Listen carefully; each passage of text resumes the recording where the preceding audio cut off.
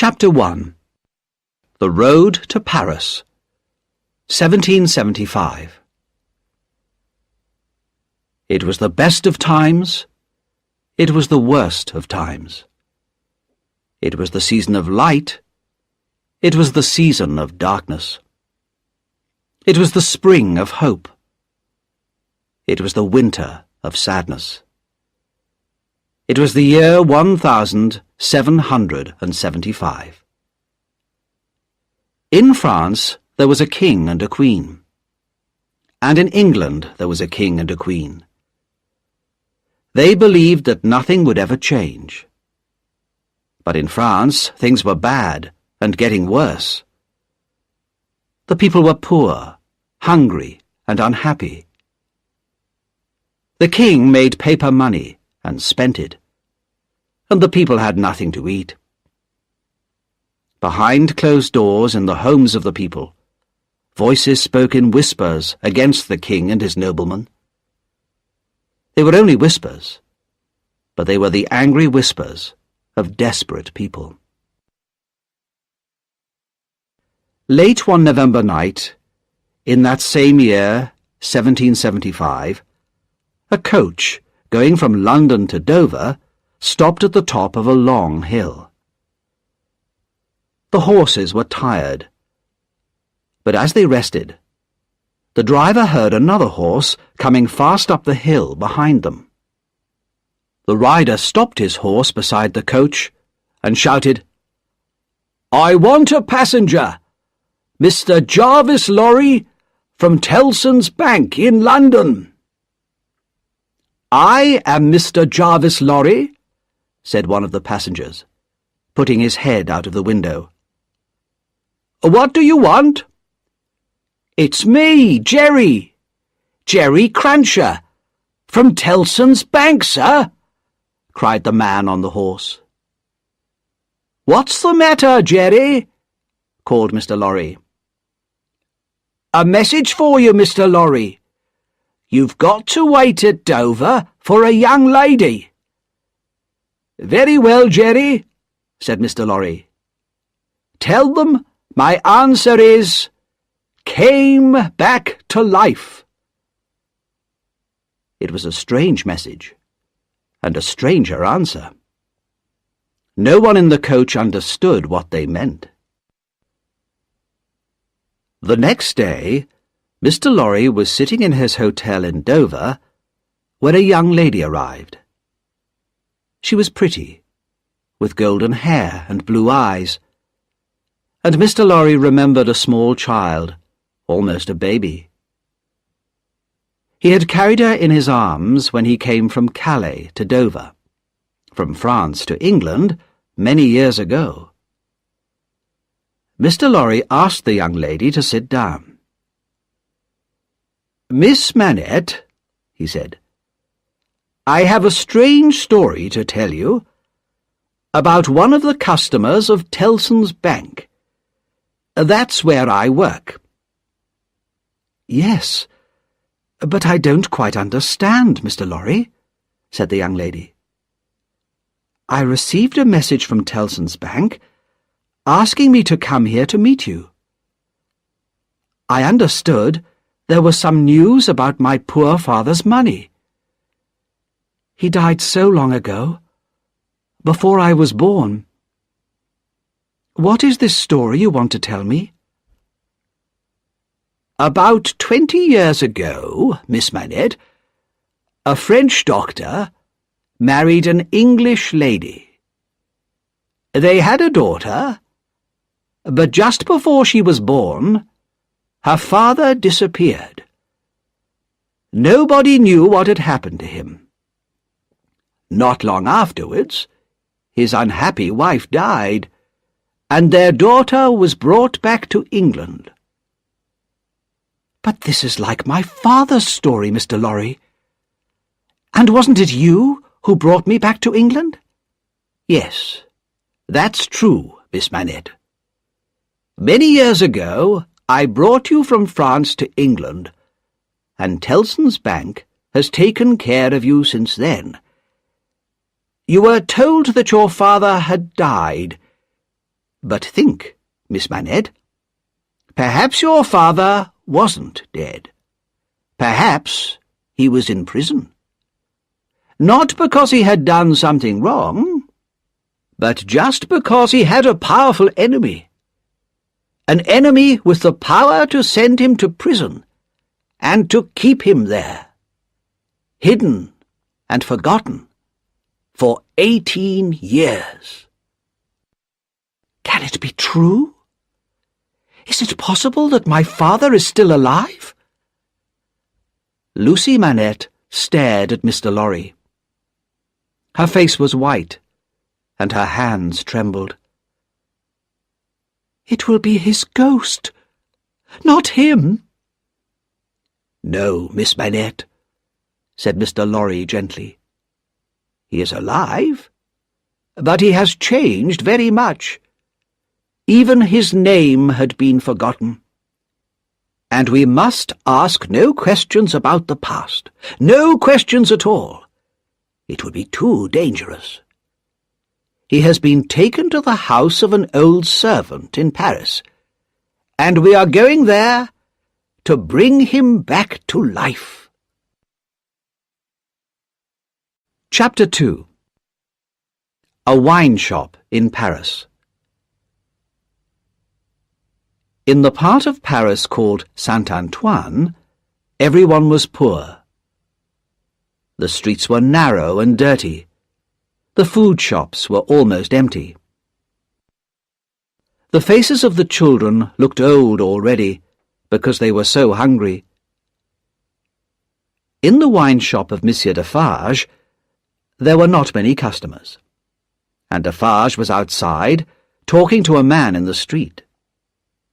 His wife, Madame Defarge, sat inside the shop, knitting and watching. Defarge came in, and his wife looked at him, then turned her eyes to look at two new customers, a man of about 60 and a young lady. Defarge went over to speak to them, suddenly kissed the young lady's hand, and led them out of the back of the shop. They followed him upstairs, many stairs, until they reached the top. Defarge took a key out of his pocket. "Why is the door locked?" asked Mr. Lorry in surprise. "He is a free man now." "Because he has lived too long behind a locked door," replied Defarge angrily. "He is afraid if the door is not locked. That is one of the things they have done to him." "I'm afraid too," whispered Miss Manette. Her blue eyes looked worriedly at Mr. Lorry. "I am afraid of him, of my father." Defarge made a lot of noise as he opened the door. Mr. Lorry and Lucy went into the room behind him. A thin, white-haired man was sitting on a wooden seat. He was very busy making shoes. "Good day," said Defarge. "You are still working hard, I see." After a while they heard a whisper.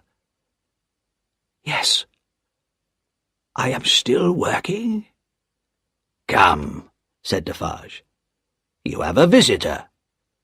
Tell him your name." "My name," came the whisper. 105, North Tower." Mr. Lorry moved closer to the old man. "Dr. Manette, don't you remember me, Jarvis Lorry?" he asked gently. The old prisoner looked up at Mr. Lorry, but there was no surprise, no understanding in his tired face, and he went back to work making shoes. Slowly, Lucy came near to the old man. After a while he noticed her. "Who are you?" he asked. Lucy put her arms around the old man and held him. tears of happiness and sadness running down her face. From a little bag, the old man took some golden hair. He looked at it, and then he looked at Lucy's hair. "It is the same. How can it be?" He stared into Lucy's face. "No, no, you are too young, too young." Through her tears, Lucy tried to explain that she was the daughter he had never seen. The old man still did not understand, but he seemed to like the sound of Lucy's voice and the touch of her warm, young hand on his. Then Lucy said to Mr. Lorry, "I think we should leave Paris at once. Can you arrange it?" "Yes, of course," said Mr. Lorry. "But do you think he is able to travel?" "He will be better far away from this city, where he has lost so much of his life," said Lucy. "You are right," said Defarge. "And there are many other reasons why Dr. Manette should leave France now." While Mr. Lorry and Defarge went to arrange for a coach to take them out of Paris, Lucy sat with her father. Exhausted by the meeting, he fell asleep on the floor, and his daughter watched him quietly and patiently until it was time to go. When Mr. Lorry returned, he and Defarge brought food and clothes for Dr. Manette. The doctor did everything they told him to do. He had been used to obeying orders for so many years. As he came down the stairs, Mr. Lorry heard him say again and again, 105, North Tower. When they went to the coach, only one person saw them go. Madame Defarge. She stood in the doorway and knitted and watched, seeing everything and seeing nothing. Chapter 3. A Trial in London. 1780. Tellson's Bank in the City of London was an old, dark and ugly building. It smelt of dust and old papers, and the people who worked there all seemed old and dusty too. Outside the building sat Jerry Cruncher, who carried messages for people in the bank. One morning, in March 1780, Jerry had to go to the Old Bailey to collect an important message from Mr. Lorry. Trials at the Old Bailey were usually for very dangerous criminals, and the prisoner that morning was a young man of about 25, well-dressed and quite calm. "What's he done?" Jerry asked the doorman quietly. "He's a spy. A French spy," the doorman told him. "He travels from England to France and tells the French king secret information about our English army." "What'll happen if he's guilty?" asked Jerry. "Oh, he'll have to die. No question of that," replied the doorman enthusiastically. "They'll hang him." "What's his name?" "Darnay. Charles Darnay. Not an English name, is it?" While Jerry waited, he looked around at the crowd inside the Old Bailey and noticed a young lady of about 20 years and her father, a gentleman with very white hair.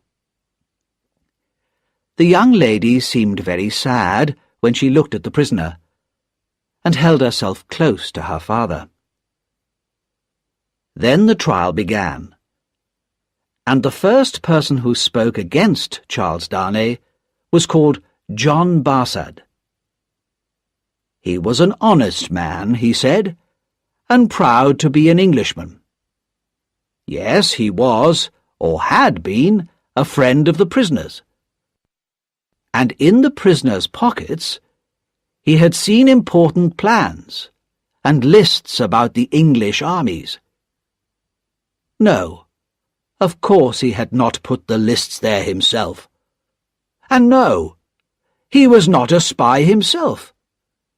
He was not someone paid to make traps for innocent people. Next, the young lady spoke. She said that she had met the prisoner on the boat which had carried her and her father from France to England. "He was very good and kind to my father and to me," she said.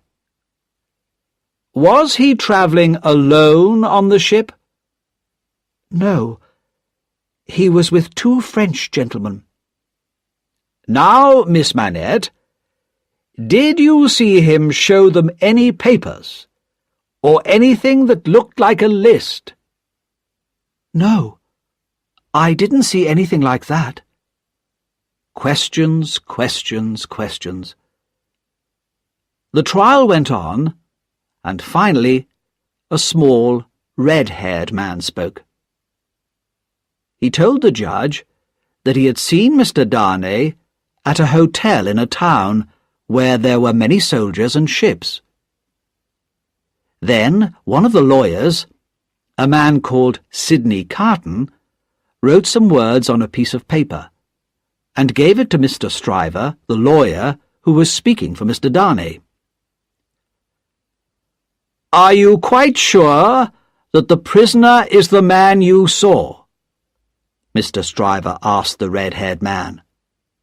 "Quite sure," said the man. "Have you ever seen anyone like the prisoner?" asked Mr. Stryver.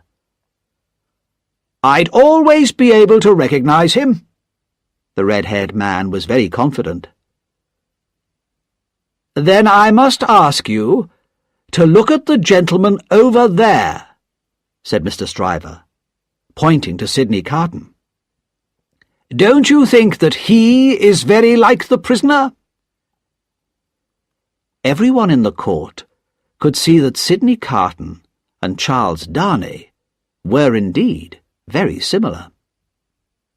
"Well then," said Mr. Stryver, "it is so easy to find a man like the prisoner that we can even find one in this room. So how can you be so sure that it was the prisoner you saw in that hotel?" And the red-haired man said not another word. The lawyers talked and argued, and when at last the trial came to an end, Jerry Cruncher had fallen asleep. But Mr. Lorry woke him up and gave him a piece of paper. "Not guilty" were the words written on it, and Jerry hurried back to Tellson's bank with the message. Sidney Carton seemed to be a man who did not care about anyone or anything. He was Mr. Stryver's assistant. In fact, he did most of the real work for Mr. Stryver. Stryver was good at speaking at a trial, but he was not good at discovering important facts and details, especially when these details were hidden in a lot of papers. Every night, Carton studied the many papers that lawyers have to read, and he wrote down the questions which Stryver should ask at the next day's trial. And every day, Stryver asked these questions, and people thought how clever he was. Outside the Old Bailey, Mr. Darnay, now a free man, met his friends, Dr. Manette and his daughter Lucy, Mr. Jarvis Lorry, Mr. Stryver, and Mr. Carton. Dr. Manette no longer looked like the man in the room above Defarge's wine shop 5 years ago. His hair was white, but his eyes were bright, and he stood straight and strong. Sometimes his face became dark and sad when he remembered the years in the Bastille prison. At these times, only his daughter Lucy, whom he loved so much, could help him.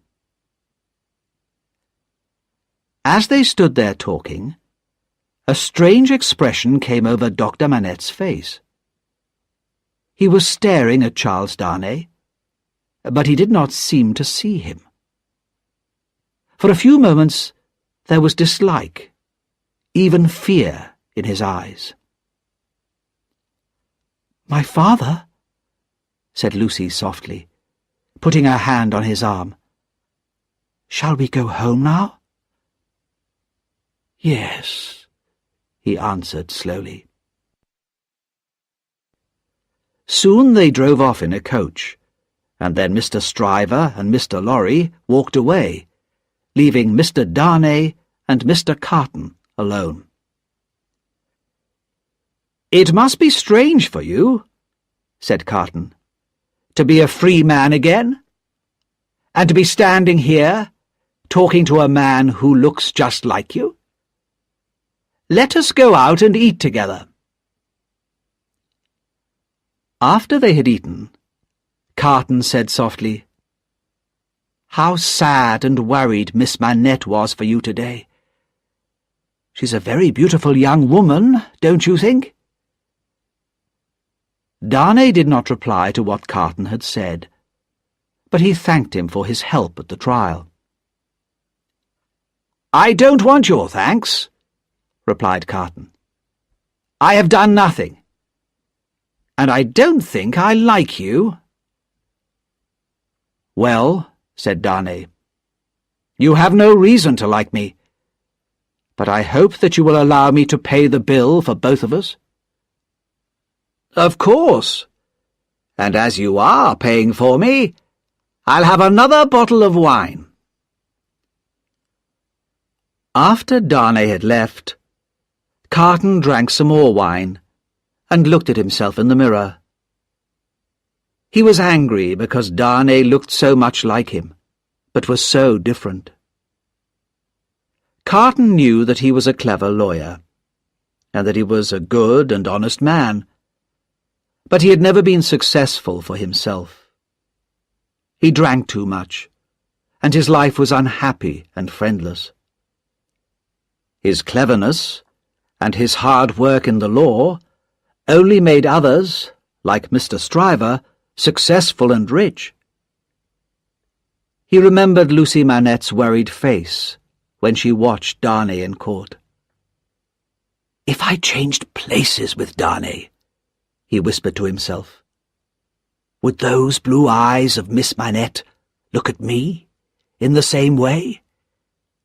No, no, it's too late now." He drank another bottle of wine and fell asleep.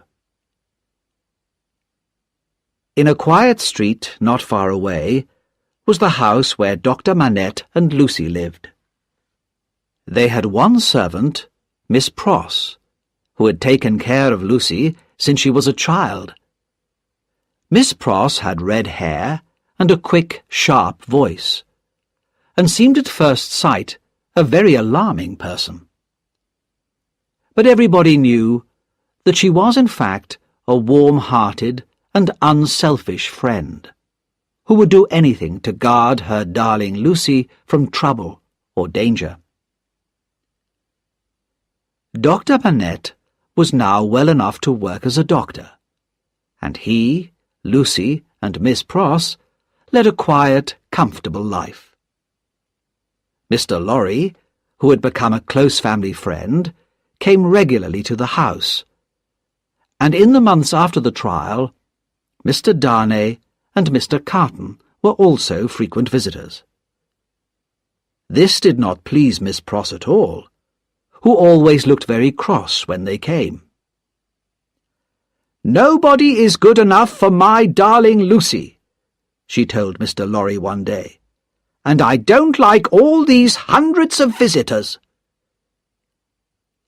Mr. Lorry had a very high opinion of Miss Pross, but he wasn't brave enough to argue that 2 visitors were not hundreds. Nobody argued with Miss Pross if they could avoid it. Chapter 4. The Marquis of Evrémonde. The Marquis of Evrémonde was a disappointed man. He had waited for hours at the palace of the King of France, but the king had not spoken to him. Angrily, the Marquis got into his coach and told the driver to take him home. Very soon the coach was driving fast out of Paris, and the people in the narrow streets had to run to get out of the way, if they could. At the corner of a street in Saint-Antoine, one of the coach wheels hit something, and the people in the street screamed loudly. The horses were frightened and stopped. "What has gone wrong?" asked the Marquis calmly, looking out of the window of the coach. A tall man had picked something up from under the feet of the horses, and was crying loudly over it. "Why is that man making that terrible noise?" asked the Marquis impatiently. "I'm sorry, Monsieur the Marquis. It is his child," said one of the people. "Dead! Killed!" screamed the man. The people in the street came close to the coach and looked at the Marquis with stony, silent faces. The Marquis looked back at them in bored dislike. To him, they were no more than animals. "I can't understand," he said coldly, "why you people cannot take care of yourselves and your children. I hope my horses are not hurt." And he threw a gold coin to his driver. "Give this to that man." "Dead!" shouted the father of the child again. Another man came forward. "Be brave, Gaspard. Your child has died quickly, and without pain. It is better to die like that than to go on living in these terrible times." "You are a sensible man," said the Marquis from his coach. "What is your name?" "They call me Defarge." "This is for you," said the Marquis, and he threw Defarge another gold coin. "Drive on," he called to his driver. Just as the coach was leaving, a coin was thrown back in through the window. The Marquis looked angrily at the corner where Defarge had been standing. Defarge had gone. At the corner there now stood a large, dark-haired woman knitting. She stared long and hard at the face of the Marquis, but he did not look at her, and drove on. Later that day, as the sun was going down, the same coach stopped in a village near the Marquis's castle. Several villagers in poor, thin clothes, with thin, hungry faces, were standing in the village square. The Marquis looked at their faces, and then pointed to one of them. "Bring that man to me," he said to his driver. The man came up to the coach, hat in hand, and the other villagers moved closer to listen. "I passed you on the road just outside the village," said the Marquis. "You were looking at my coach in a very strange way. Why was that?" "Monsieur, I was looking at the man," came the reply. "What man?" asked the Marquis angrily.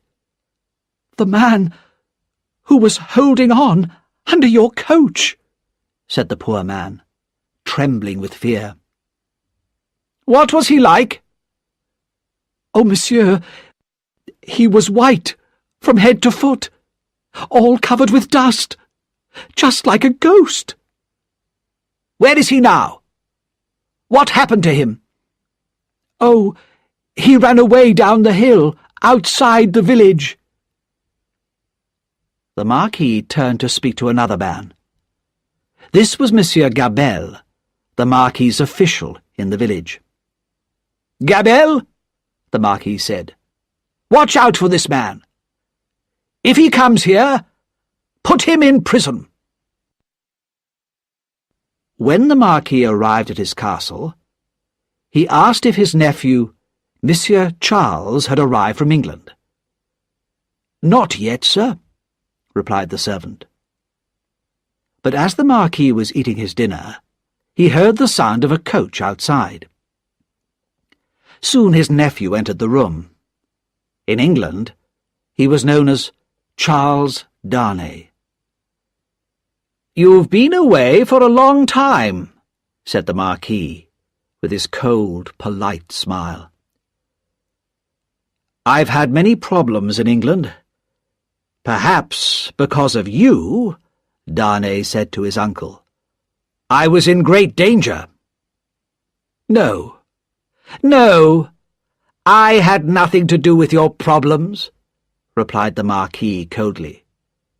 "Unfortunately, our family no longer has the power that it once had. If it still had that power, one word from you would doubtless send me to prison," said Darnay. "Possibly. For the good of our family." "The name of our family is hated everywhere in France. We are hard, cruel landowners.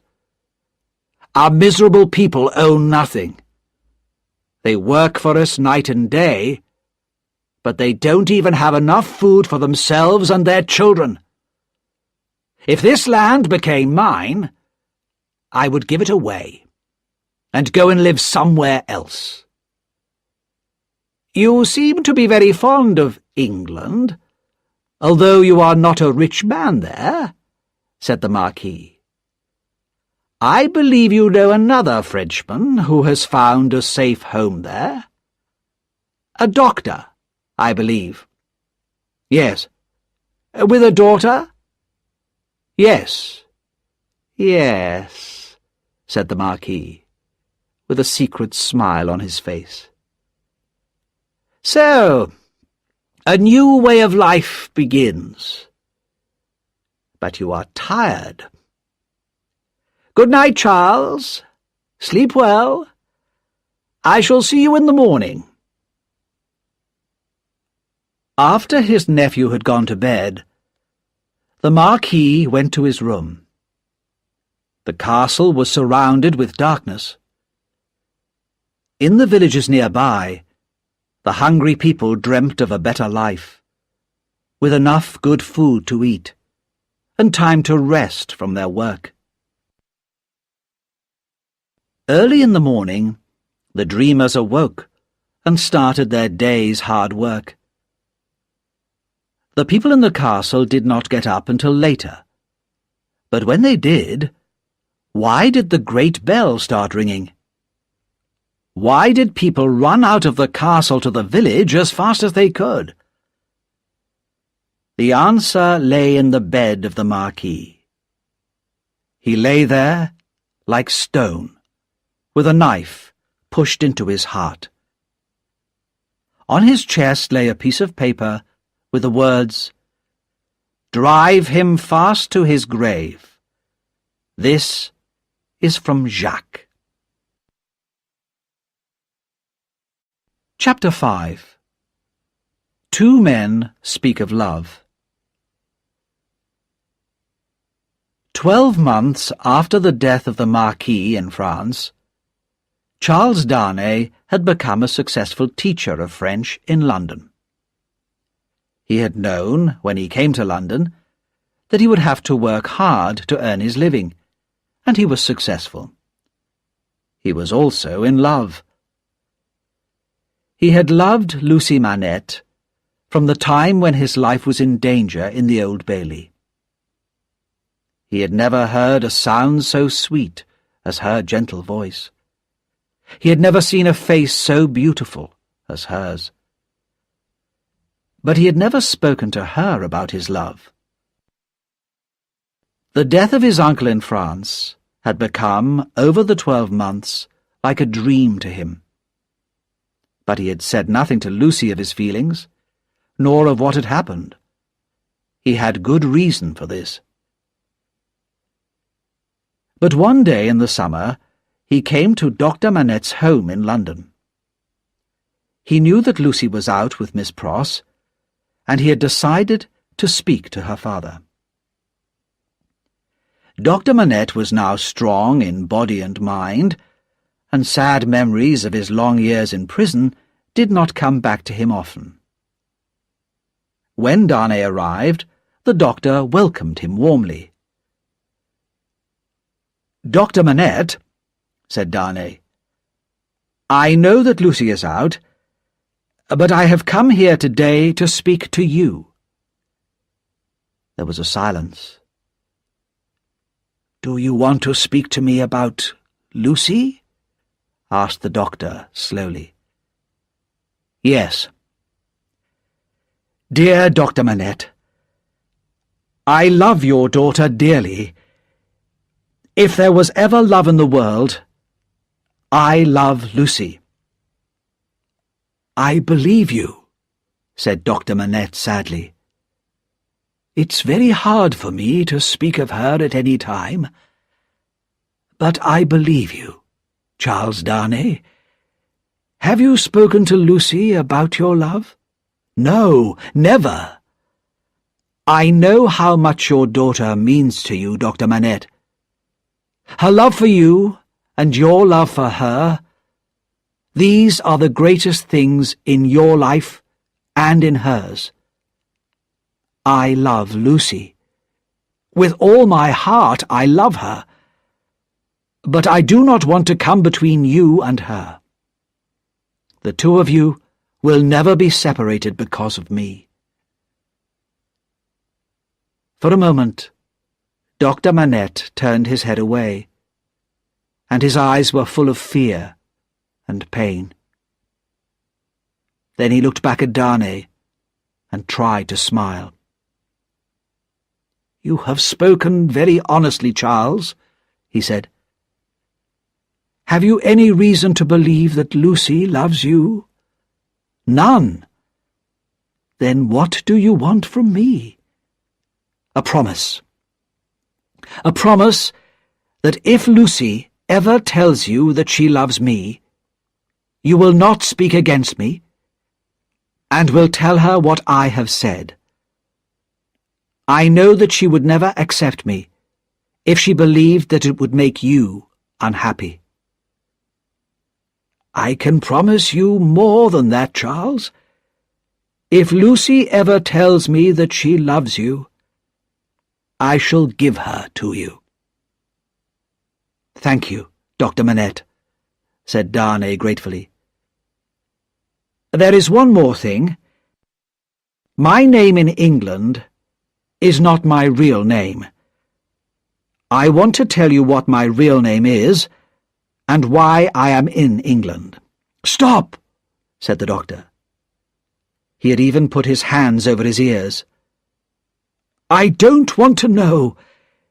Tell me when I ask you. If Lucy agrees to marry you, you shall tell me on the morning of your marriage." It was dark when Darnay left Dr. Manette, and it was some time later when Lucy and Miss Pross came home. "Father," Lucy called, "where are you?" She heard no answer, but there were strange sounds coming from her father's bedroom. Frightened, she ran upstairs and found her father, pale and silent, busy at his old prison work of making shoes. The shadow of the Bastille had fallen on him again.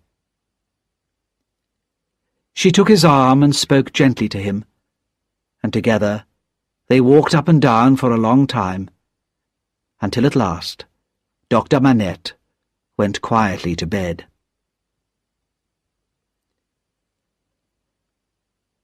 Although Mr. Carton visited Dr. Manette's house quite often, he usually said very little when he was there.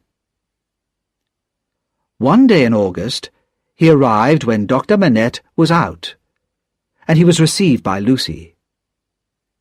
She had always been a little shy with him, but on that day she noticed something different in his face. "Aren't you well, Mr. Carton?" she asked. "No, probably not, Miss Manette.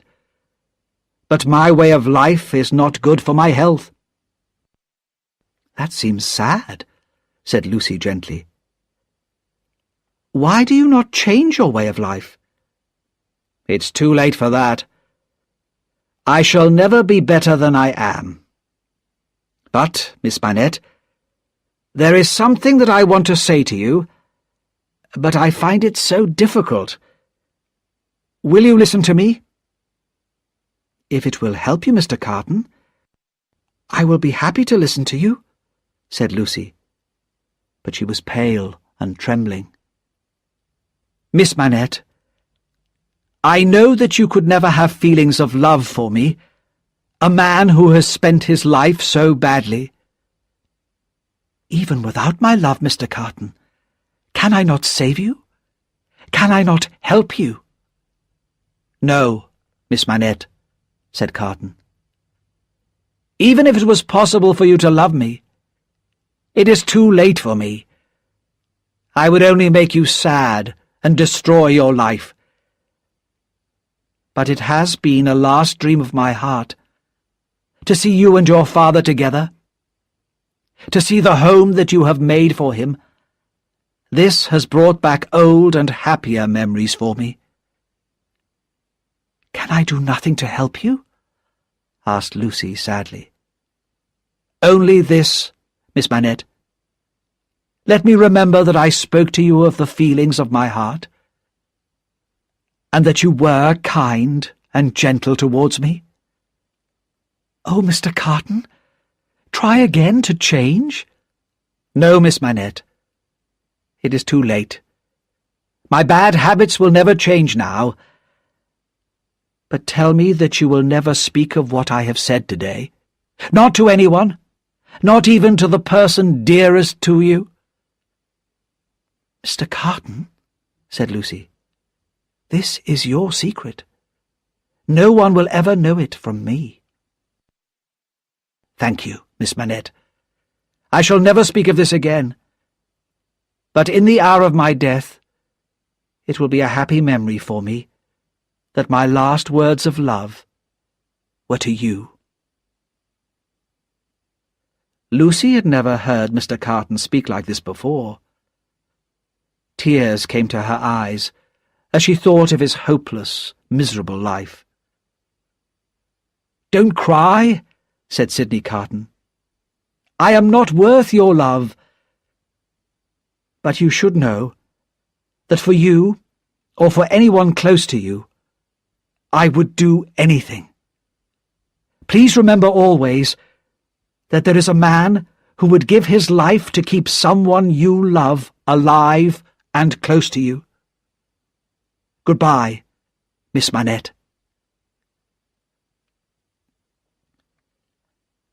On the day of Lucy's marriage to Charles Darnay, Mr. Lorry and Miss Pross stood, with Lucy, outside the door of Dr. Manette's room. Inside, the doctor and Mr. Darnay had been talking together for a long time. Soon it would be time to leave for the church. Lucy looked very beautiful, and Mr. Lorry watched her proudly. He talked about the day, so long ago, when he had brought Lucy, as a baby in his arms, from France to England. Miss Pross, too, had her memories, and thought fondly of her brother, Solomon. He had stolen money from her many years ago, and she had never seen him since then, but she still loved him. The door of the doctor's room opened, and he came out with Charles Darnay. The doctor's face was white, but he was calm. He took his daughter's arm, and they went out to the waiting coach. The others followed in a second coach, and soon, in a nearby church, Lucy Manette and Charles Darnay were married. After the marriage, Lucy and Charles came back to the house for breakfast, and then Lucy had to say goodbye to her father for 2 weeks, the first time they had not been together since his return from Paris. When Lucy and Charles had left, Mr. Lorry noticed a change in the doctor. A little sadness was natural, but there was a lost, frightened look in the doctor's eyes, which worried Mr. Lorry very much. When he left to go to Tellson's Bank, he whispered to Miss Pross that he would return as quickly as he could. 2 hours later, he hurried back to the house, and Miss Pross met him at the door. "Oh, what shall we do, Mr. Lorry?" she cried. "He doesn't know me, and is making shoes again." Mr. Lorry went up to the doctor's room. "Dr. Manette, my dear friend, look at me. Don't you remember me?" But Dr. Manette said nothing, and worked on in silence. Once again he was a prisoner in the Bastille, without friends or family, without even a name of his own. For 9 days and 9 nights the shoemaker worked on, leaving his table only to sleep, eat, or walk up and down his room. Mr. Lorry sat with him night and day, talking gently to him from time to time, trying to bring his friend's mind back to the present. Then, at last, on the 10th morning, the shoemaking work was put away, and Dr. Alexandre Manette, pale but calm, was his old self again. Lucy was never told, and in the quiet and happy years that followed her marriage, Dr. Manette remained strong in mind and body. Chapter 6. Stormy Years in France. In Monsieur Defarge's wine shop in Saint-Antoine, customers came and went all the time. They came to drink the thin, rough wine, but more often they came to listen and to talk and to wait for news.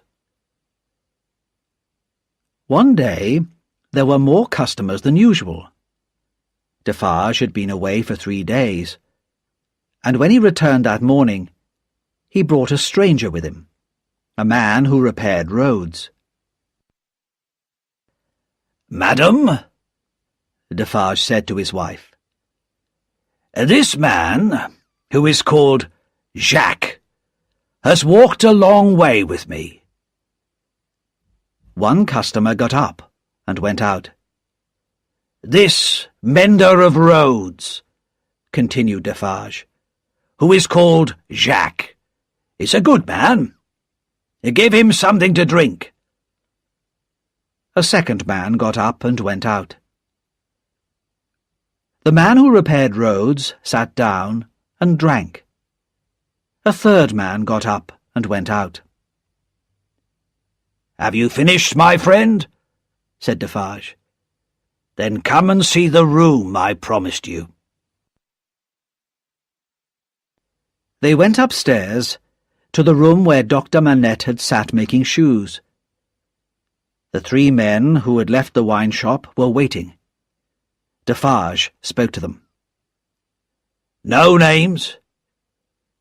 You are Jacques 1, Jacques 2, and Jacques 3. I am Jacques 4. This is Jacques 5. He brings us news of our poor friend Gaspard, whose child was killed by the Marquis's coach a year ago. I first saw Gaspard, said Jacques Five, holding on under the Marquis's coach as it drove into our village. He ran away. But that night, the Marquis was murdered. Gaspard disappeared, and was only caught a few weeks ago. The soldiers brought him into the village and hanged him. And they have left his body hanging in the village square, where the women go to fetch water, and our children play. When Jacques Five had left them, Jacques One said to his friends, "What do you say? Shall we put their names on the list?" "Yes, all of them. The castle and all of the family of Evrémonde." "Is the list safe?" asked Jacques Two. "Yes, my friend," said Defarge. "My wife remembers everything. But more than that, every name is carefully knitted into her work. Nothing can be forgotten." A few days later, Defarge reported to his wife some news from his friend, Jacques, in the police. "A new spy has been sent to Saint-Antoine. His name is Barsad. John Barsad. He's English." "What does he look like? Do we know?" "He's about 40 years old, quite tall, black hair, thin face," said Defarge. "Good," said his wife. "I'll put him on the list tomorrow." "But you seem tired tonight, and sad." "Well," said Defarge, "it is a long time." "It takes time to prepare for change. The crimes against the people of France cannot be revenged in a day." "But we may not live to see the end." "Even if that happens," replied Madame Defarge, "we shall help it to come. But I believe that we shall see the day of our revenge against these hated noblemen." The next day, a stranger came into the wine shop. At once, Madame Defarge picked up a rose from the table and put it in her hair. As soon as they saw this, the customers stopped talking, and one by one, without hurrying, left the wine shop. "Good day, madame," said the stranger. "Good day, monsieur," said Madame Defarge.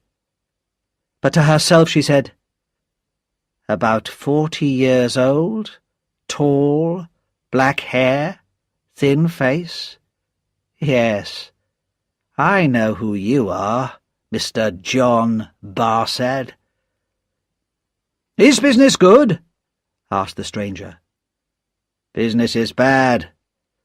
The people are so poor."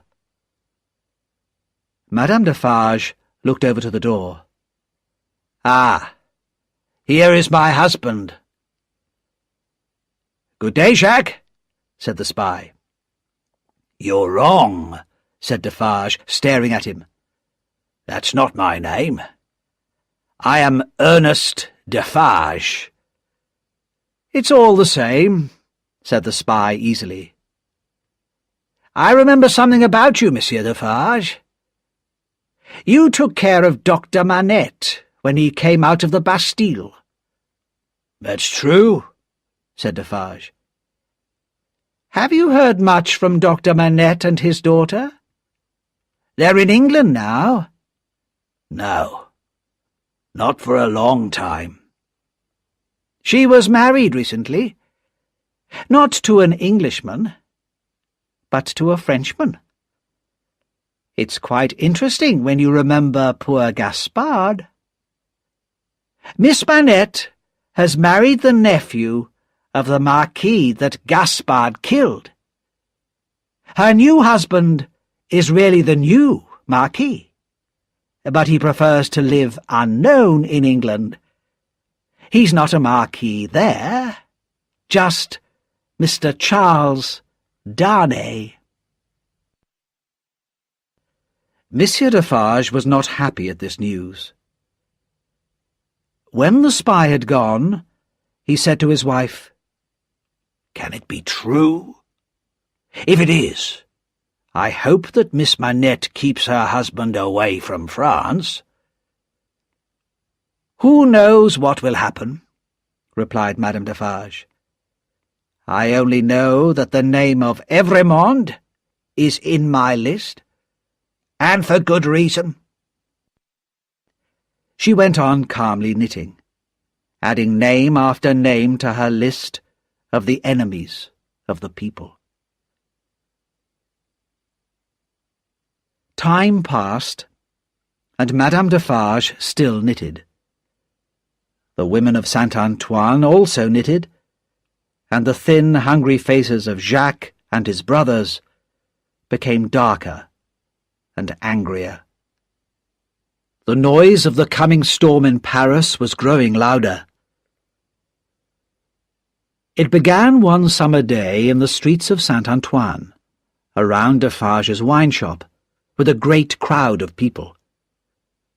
A crowd who carried guns, knives, sticks, even stones, anything that could be a weapon. An angry crowd who shouted and screamed, who were ready to fight and to die in battle. "Friends and citizens," shouted Defarge, "we are ready! To the Bastille!" The crowd began to move, like the waves of the sea. "Follow me, women!" cried Madame Defarge. A long, sharp knife shone brightly in her hand. "We can kill as well as any man!"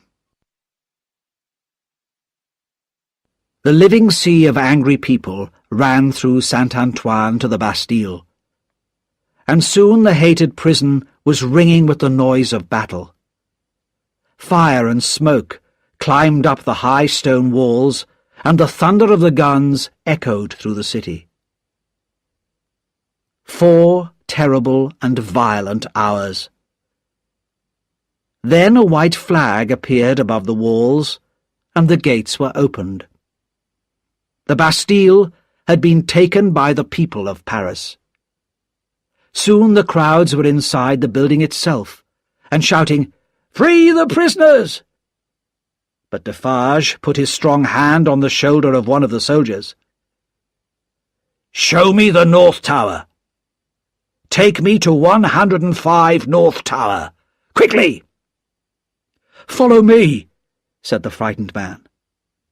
And Defarge and Jacques III went with him through the dark prison, past heavy closed doors, up stone stairs, until they came to a low door.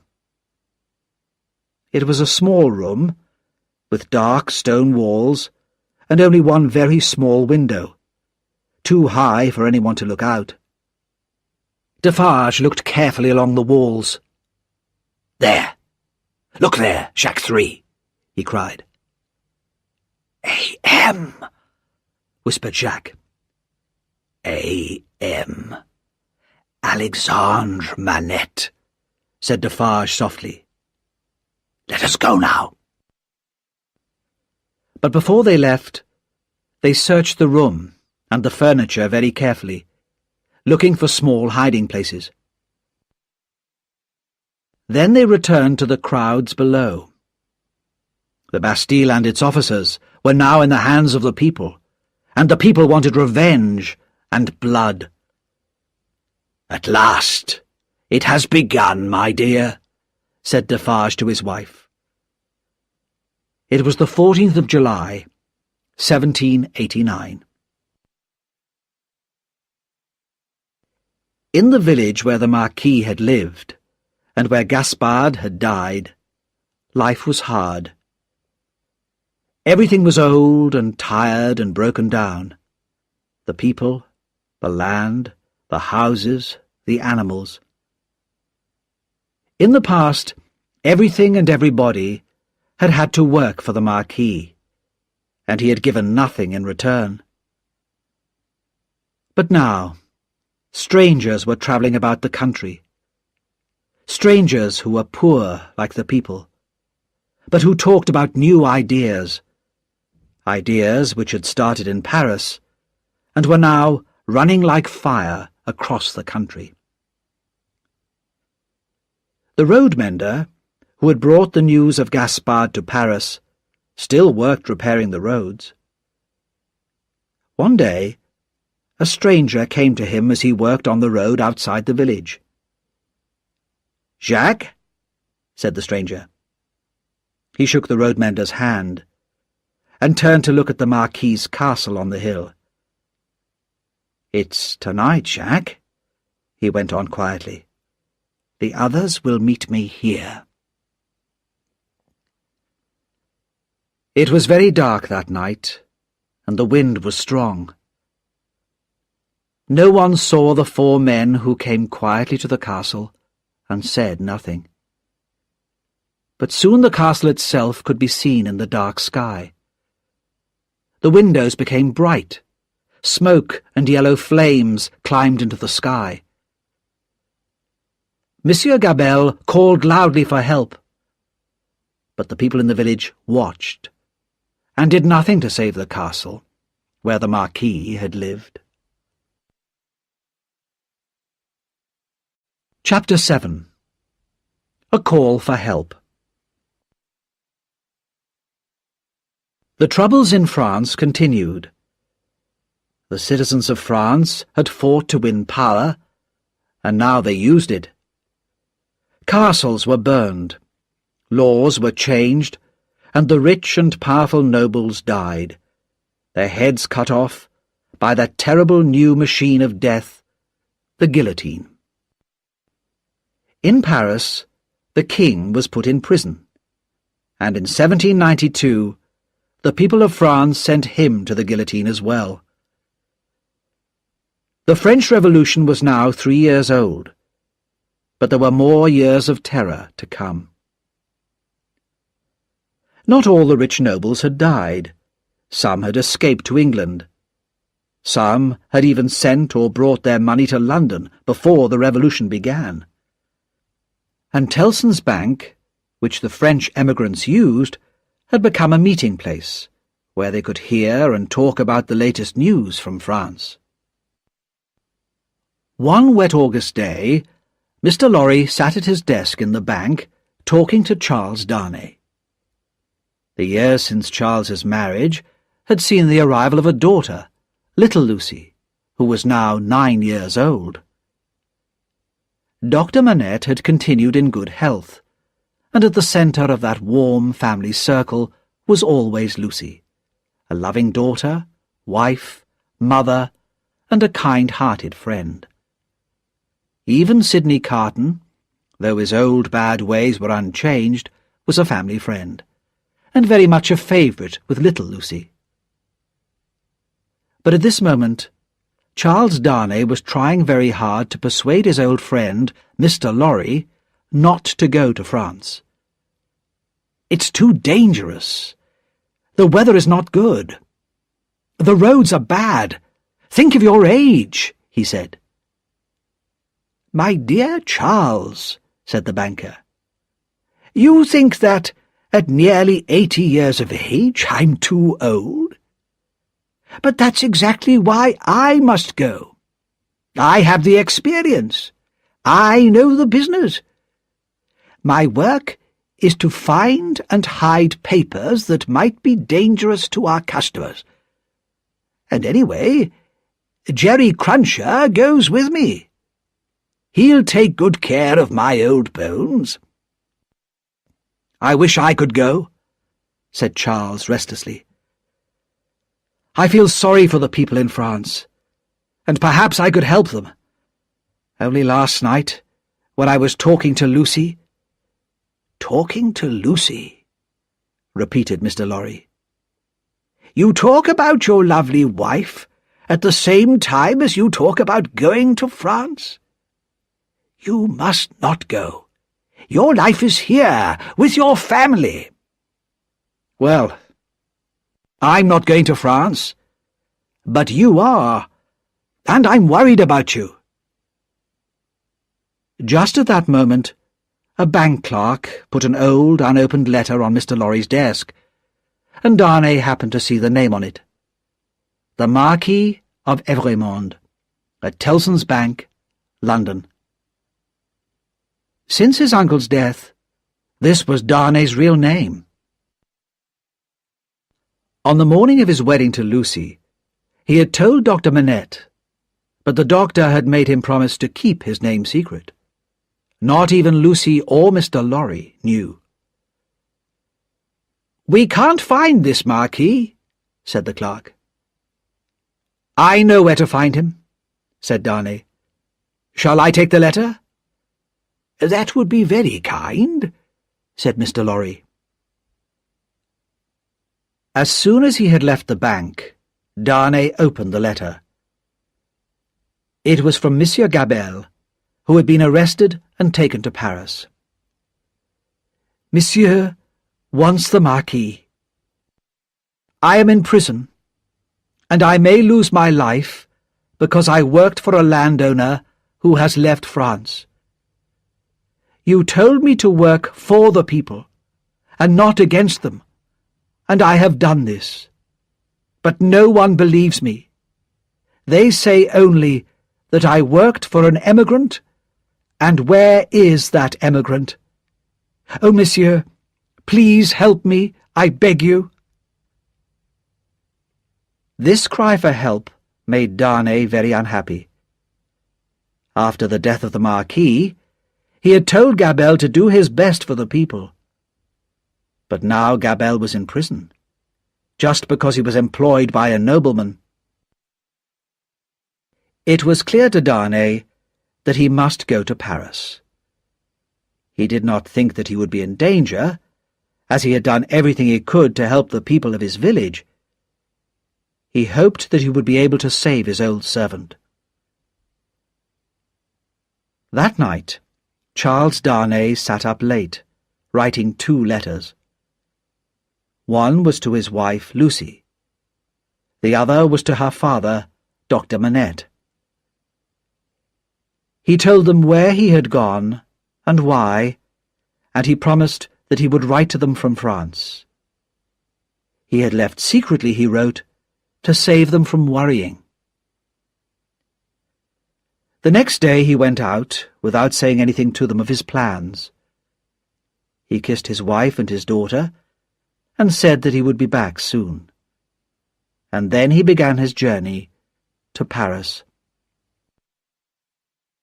When he arrived in France, Darnay found that he could travel only very, very slowly towards Paris.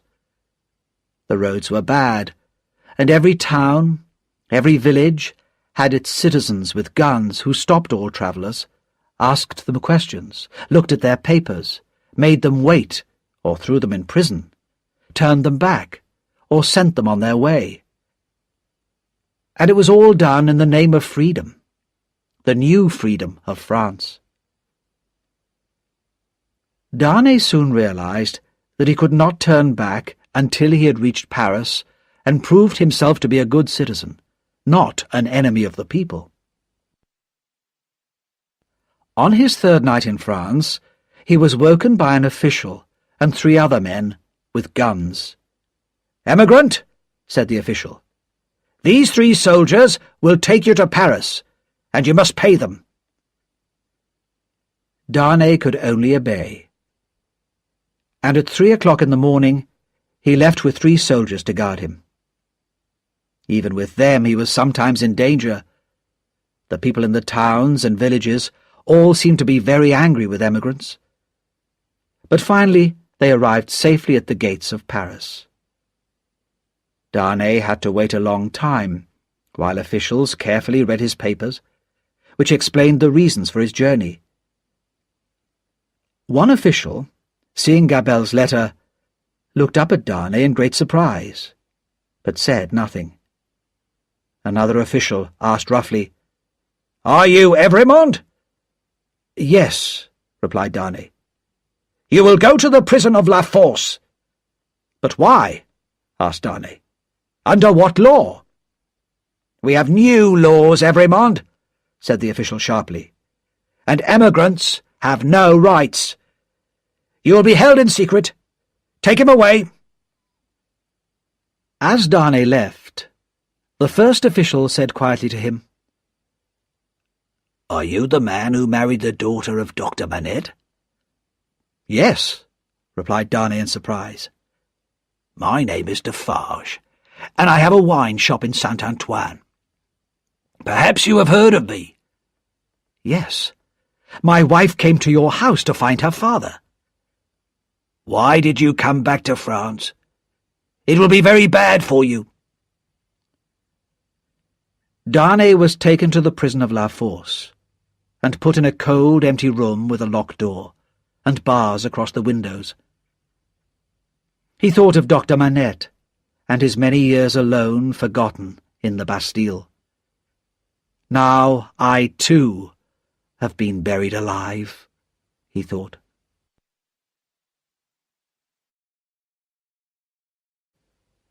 Chapter 8. In the Hands of the Citizens. Tellson's Bank in Paris was in a large building south of the river, close to the heart of the city. Mr. Lorry had arrived in Paris some days before Charles Darnay, and was now living in some rooms above the bank. One evening, looking out of the window, he saw that a large grindstone had been brought into the square below. There was a wild, shouting crowd around it, busy sharpening their knives and swords and axes, which were already red with blood. With shaking hands, Mr. Lorry closed the window. He had decided to go downstairs and talk to the bank guards, when suddenly the door of his room opened and Lucy and her father ran in. "Lucy! Manette! What has happened? Why are you here?" cried Mr. Lorry. "Charles is in Paris," cried Lucy. "He came to help an old family servant, but he's been taken to prison." At that moment, the shouts of the crowd outside grew louder. "What is that noise?" asked the doctor. "Don't look out!" cried Mr. Lorry. "My friend," said the doctor, "I am safe in Paris. I was a prisoner in the Bastille. Everybody knows about me and how I suffered. Already people want to help me. They gave us news of Charles. Even so, don't look outside. Where is Charles?" "In the prison of La Force." "La Force? Dear Lucy, you can do nothing tonight. You must go to one of the rooms here and wait. I must talk with your father at once." Lucy kissed him and left the room. "Quick, Manette," said Mr. Lorry. "These people outside, with their bloody knives, are murdering the prisoners. If you are so well known, if you have this power, talk to them. Tell them who you are, and go to La Force. Quick, before it is too late." Dr. Manette hurried outside. Mr. Lorry watched from the window as the doctor talked to the crowd. He heard shouts of, "Long live the Bastille prisoner! Help his friend in La Force!" Mr. Lorry went to Lucy and found her with her daughter and Miss Pross. Together they waited all night for news, but none came. In the morning, Mr. Lorry found rooms for Lucy and her family in a quiet street near the bank. He left Jerry Cruncher with them as a guard and returned worriedly to Tellson's. At the end of the day, a strong, serious man came to see him. "My name is Defarge. I come from Dr. Manette. He gave me this." Defarge gave him a piece of paper. The doctor had written, "Charles is safe, but I cannot leave this place yet. Take Defarge to Lucy." "Come with me," said Mr. Lorry happily. They went downstairs, and at the front door found Madame Defarge knitting. Without a word, she joined them, and Mr. Lorry led them to Lucy's rooms. There, Defarge gave Lucy a note from her husband. "Dearest, be brave. I am well, and your father has some power here. You cannot answer this, but kiss our child for me." Only a short letter, but it meant so much to Lucy. Gratefully, she kissed the hands of Defarge and his wife. Madame Defarge said nothing. Her hand was cold and heavy, and Lucy felt frightened of her. Miss Pross came in with little Lucy. "Is that his child?"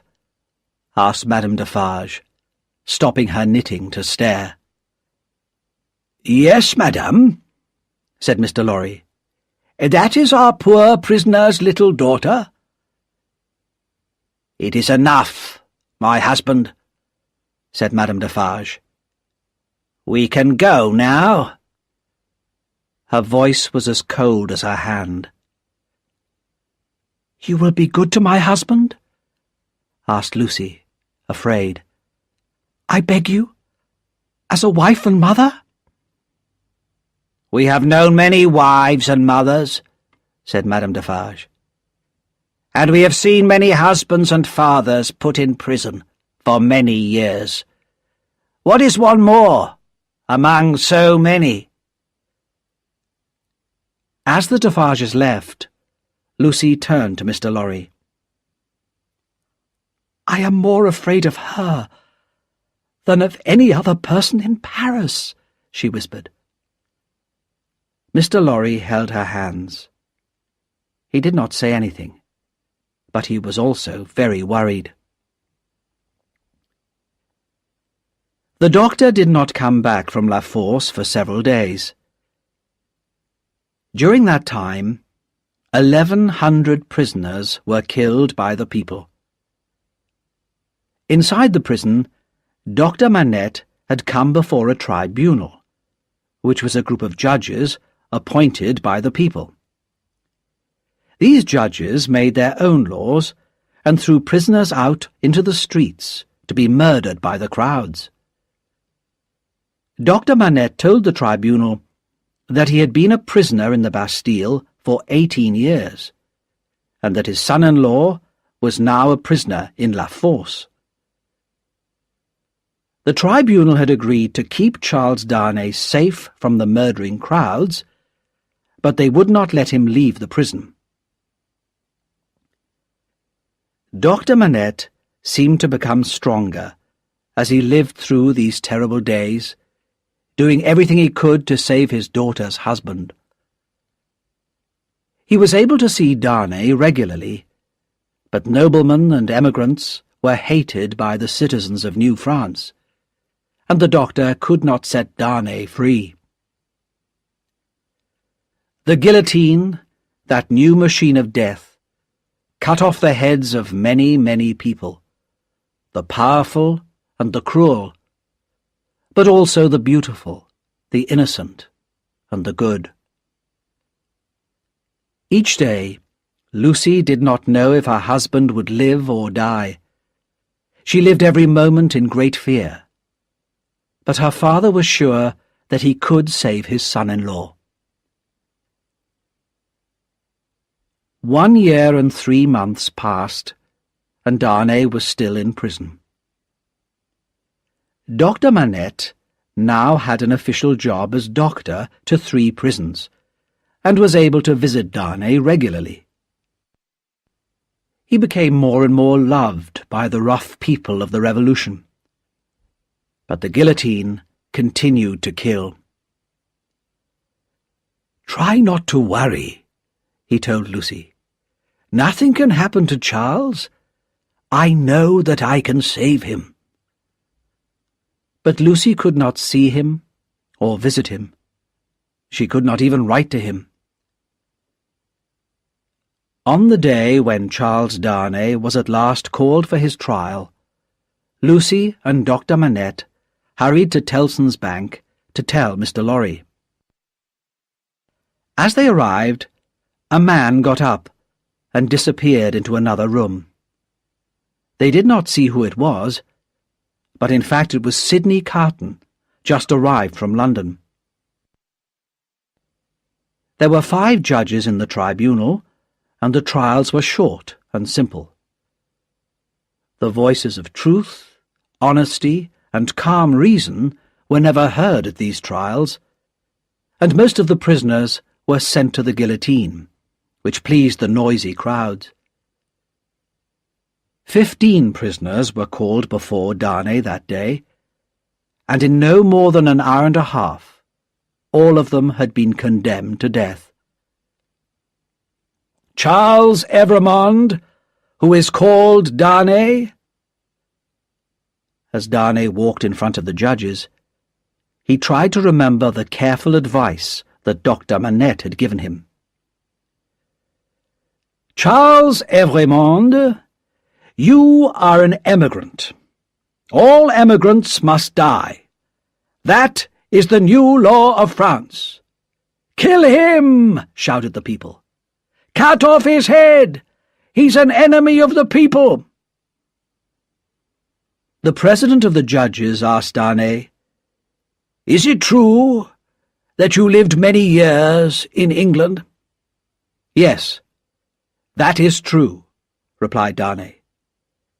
"So you are an emigrant, surely?" "No, not in the meaning of the law," replied Darnay. "I earn my own living in England. I have never wanted or used the name of Marquis, and I did not want to live by the work of the poor people of France. So I went to live and work in England, long before the Revolution." "And did you marry in England?" "Yes. I married a Frenchwoman, the daughter of Dr. Manette, a prisoner of the Bastille, and a well-known friend of all good citizens." These words had a happy effect on the crowd. Those who had shouted for his death now shouted for his life. Then Monsieur Gabelle and Dr. Manette spoke for Charles Darnay. The doctor spoke well and clearly, and was very popular with the crowd. When he had finished, the judges decided that the prisoner should be set free, and the crowd shouted their agreement loudly. Soon they were carrying Darnay in a chair through the streets of Paris to Dr. Manette's house. Lucy was waiting there, and when she ran out and fell into the arms of her husband, the men and women in the crowd kissed one another and danced for happiness.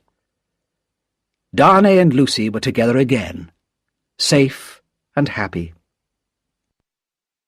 "I told you that I would save him," said Lucy's father proudly. "Well, I have saved him. And you must not worry now."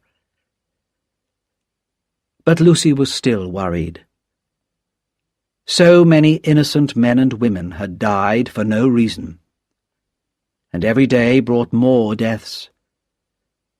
A shadow of fear and hate lay over France, and no one knew what dangers the next day would bring. It was not possible to leave Paris at once, as Charles did not have the necessary papers. They must live quietly, and hope to leave as soon as they could. But that night, when Dr. Manette, Charles, and Lucy were sitting together, they heard a loud knock at the door. "What can this be?" said Lucy, trembling. "Hide Charles! Save him!" "My child," said the doctor, "I have saved him. He is a free man." But when he opened the door, 4 rough men pushed their way into the room. "The citizen Evrémonde, where is he? He is again the prisoner of the people." "I am here," said Darnay. "But why am I again a prisoner? You are accused by citizens of Saint-Antoine." Dr. Manette had said nothing. He seemed to be made of stone. But suddenly he spoke. "Will you tell me who has accused my son-in-law?" "I shouldn't tell you this," said one of the men. "But Citizen Evrémonde, called Darnay, is accused by Monsieur and Madame Defarge, and by one other person." "What other?" "You will hear that tomorrow," replied the man. Chapter 9. The Spy. While this was happening, Miss Pross was out shopping for the family. Jerry Cruncher was with her, and they had just gone into a wine shop when Miss Pross suddenly stopped, looked at one of the customers, and cried out in a loud voice, "Oh, Solomon! Dear Solomon! I've found you at last, dear brother! But whatever are you doing here in Paris?" "Don't call me Solomon. You'll get me killed. Pay for your wine, and come outside," said the man, in a low, frightened voice. They went outside. "You mustn't recognize me here," said the man. "It's not safe. Go your way, and let me go mine." Miss Pross began to cry at these unbrotherly words, and Jerry Cruncher stepped forward to stare in the man's face. "Wait a minute," said Jerry. "Is your name John Solomon, or Solomon John? Your sister calls you Solomon. I know that your name's John. I remember that. But your other name wasn't Pross, at that Old Bailey trial. What was your name then?" "Barsad," said another voice. "Yes, Barsad. That's it," cried Jerry. He turned round and saw Sidney Carton standing behind him. "Don't be alarmed, my dear Miss Pross," said Carton, smiling at her. "But I'm afraid I have to tell you that your brother is a spy for the French prisons." Solomon Pross, also Barsad, went pale. "That's not true." "I saw you come out of the conciergerie today. I followed you," said Carton, "and I found out what you do, and I've decided that you may be able to help me. Come with me to the office of Mr. Lorry." After a short argument, which Carton won, Barsad followed him to Mr. Lorry's office. "I bring bad news," Carton said to Mr. Lorry. "Darnay has been arrested again." "But I was with him only 2 hours ago," cried Mr. Lorry. "He was safe and free." "Even so, he has been arrested, and taken to the conciergerie. And I'm not sure that Dr. Manette's good name can save him this time. So we must have Mr. Barsad's help." "I will not help you," said Solomon Pross, called John Barsad. "Oh, I think you will," said Sidney Carton, "when you hear what I could say about you. Let's think. Mr. Barsad is a spy, and a prison guard. But he used to be a spy in England. Is he still paid by the English?" "No one will listen to you," said Barsad. "But I can say more, Mr. Barsad," replied Carton. Barsad had more problems than Carton knew. He could not return to England because he was wanted by the police there. And in France, before he became a prison guard for the Citizens' Revolution, he had been a spy for the King's officers. He knew that Madame Defarge, that terrible woman, had knitted his name into her list of enemies of the people. Most of those on her list had already been killed by the guillotine, and Barsad did not want to be next. "You seem worried, Mr. Barsad," said Carton calmly. The spy turned to Mr. Lorry. "Miss Pross is my sister, sir. Would you send her brother to his death, sir?" "The best thing for your sister, Mr. Barsad," said Carton smoothly, "is not to have a brother like you. I think I will inform the tribunal that I suspect you of spying for England. You will be condemned at once, I am sure." "All right," Barsad said slowly. "I'll help you. But don't ask me to do anything that will put my life in danger, because I won't do it." "You're a guard at the conciergerie prison, where Darnay is, aren't you?" said Carton. "Come, let us talk privately in the next room." When Mr. Carton returned alone, Mr. Lorry asked what he had done. "Not much," replied Carton. "But if it goes badly for Darnay tomorrow, I can visit him once. It's all I could do." "But that will not save him," cried Mr. Lorry sadly. "I never said it would." Mr. Lorry was an old man now, with a life of hard work behind him. Tears filled his eyes as he realized he could do nothing to help Lucy and her father now. Sidney Carton felt very sorry for Mr. Lorry. "You're a good friend of Dr. Manette and his daughter. But don't tell them about me or this meeting. It can't help Lucy."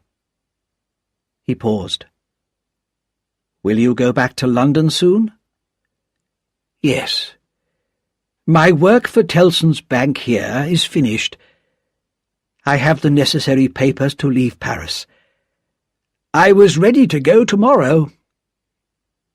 "Then don't change your plans," said Carton, very seriously. Later that night, Sidney Carton visited a shop in a quiet corner of Paris. He wrote on a piece of paper the names of several powders and gave it to the shopkeeper. "For you, citizen?" asked the shopkeeper. "Yes, for me." "You must be careful, citizen. Keep these things separate. You know what happens if you put them together." "Perfectly," replied Carton. He spent the rest of that night walking the streets of Paris. He watched the moon rise in the sky. He listened to the sounds of the River Seine, flowing through the heart of the city, and he thought calmly about the past and the future. He thought about all the deaths that the city had already seen. And he thought about Lucy's gentle, loving face and her sad, sad eyes. Chapter 10. The Secret Paper. When Charles Darnay was led before the tribunal the next morning, Dr. Manette, Lucy, and Mr. Lorry were all there. The love in Lucy's eyes, as she looked at her husband, warmed Darnay's heart. It had the same effect on Sidney Carton, though no one saw him standing at the back of the room. It was the same tribunal who had let Darnay go free on the day before. But revolution laws were not as powerful as the anger of the people. The president of the tribunal asked, "Who has accused Charles Evrémonde again?" 3 voices, he was told. He is accused by Ernest Defarge, by Teresa Defarge, his wife, and by Alexandre Manette, doctor. There was a great noise in the room when Dr. Manette's name was heard. When the shouting stopped, Dr. Manette stood, pale and trembling. "President, this cannot be true. You know that the man who is accused, Charles Darnay, is my daughter's husband. My daughter, and those who are dear to her, are far more important to me than my life. Where is the liar who says that I accuse my daughter's husband?" "Citizen Manette," said the president, "be calm. Nothing can be more important to a good citizen than the freedom of France." Defarge came forward to answer questions. He told how he had been at the Bastille at the beginning of the Revolution, when that hated prison had been taken by the citizens. "I knew that Dr. Manette had been kept in a room known as 105 North Tower. It was the only name he had when he came to me in 1775. I went to the room, and hidden in a hole, I found a written paper. It is in Dr. Manette's writing." "Read it to us," said the president. And the crowd fell silent and listened. "I, Alexandre Manette, write this in the Bastille in 1767.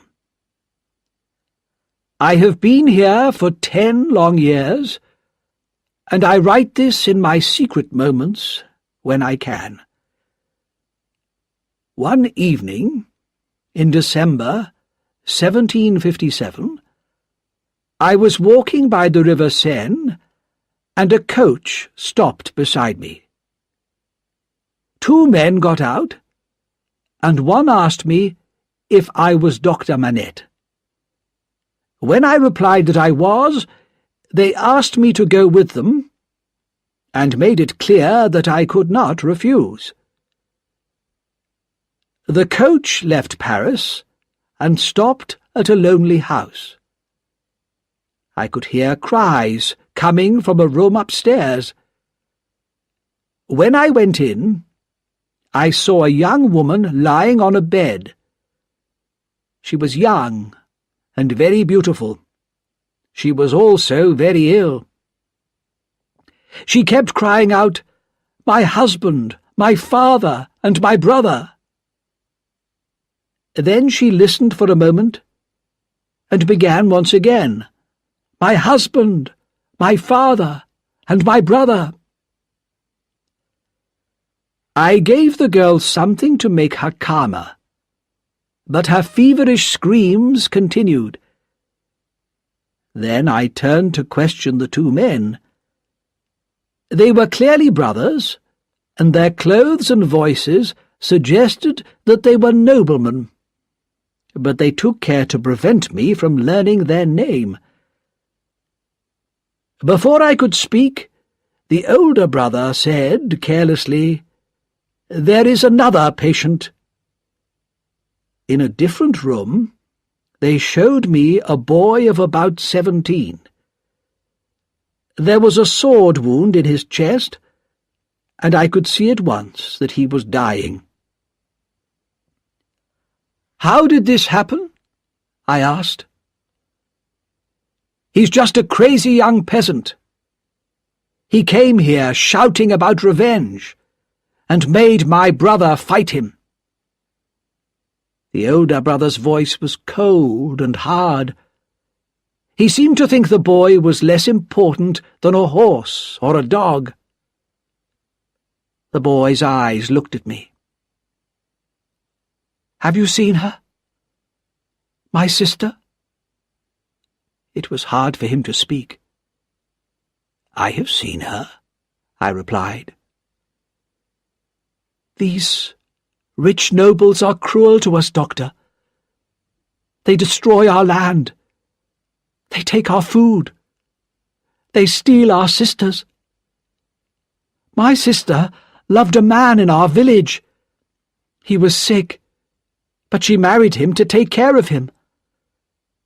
But my sister is beautiful, and that nobleman's brother saw her and wanted her. They made her husband work night and day without stopping, until he dropped dead where he stood. Then they took my sister away. When my father heard what had happened, the news was too much for his poor heart, and he died suddenly.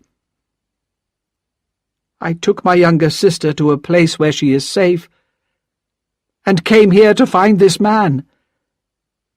He threw some money at me, tried to buy me like a dog, but I made him pull his sword and fight me to save his life."